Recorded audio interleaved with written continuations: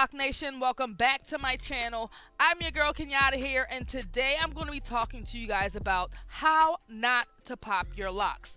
As you can see here, I'm doing my brother's retwist, and I thought this was a perfect time to walk you guys through the process of separating your hair to avoid popping your locks. When I'm doing a retwist, I'm very careful not to pop any of my clients' locks. And what you'll see me do here to separate the hair at the root is comb very gently the hair strands in the direction of the lock in which it belongs. I'll continue to do this all the way around the lock until all of the hair strands are completely separated from the lock I am about to retwist.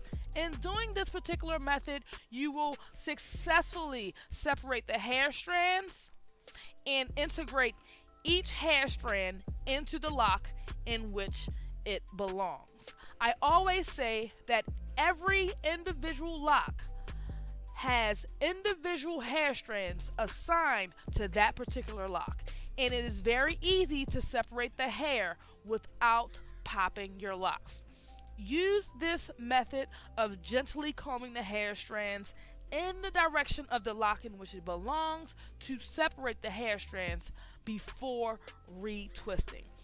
I really hope this video helps you guys in understanding how not to pop your locks.